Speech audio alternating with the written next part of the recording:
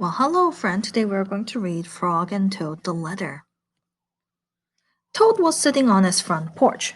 Frog came along and said, "What is the matter, Toad? You're looking sad." "Yes," said Toad. "This is my sad time of the day. It is the time when I wait for the mail to come. It always makes me very unhappy." "Why is that?" asked Frog. "Because I never get any mail," said Toad. "Not ever?" asked Frog. "No, never," said Toad. "No one has ever sent me a letter. Every day my mailbox is empty. That is why waiting for the mail is a sad time for me."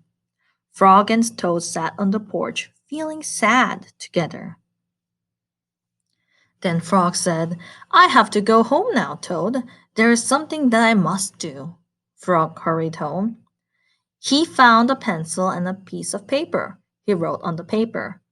He put the paper in an envelope. On the envelope he wrote, "A letter for Toad." Frog ran out of his house. He saw a snail that he knew.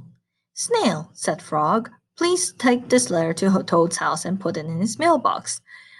I don't think it's a good idea to give a mail to a snail because it'll go very slowly. Did you also know that handwritten letters are called snail mails?"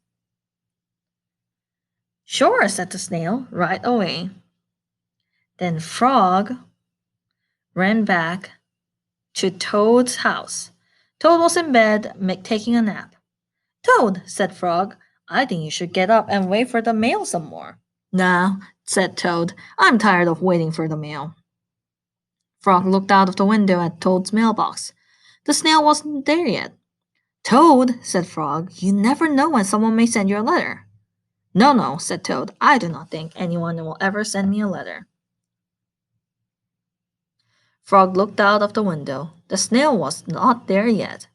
"But Toad," said Frog, "someone may send you a letter today." "Don't be silly," said Toad. "No one has ever sent me a letter before, and no one will send me a letter today." Frog looked out of the window. The snail was still not there. "Frog, why do you keep looking out of the window?" asked Toad. "Because now I'm waiting for the mail," said Frog. "But there will not be any," said Toad.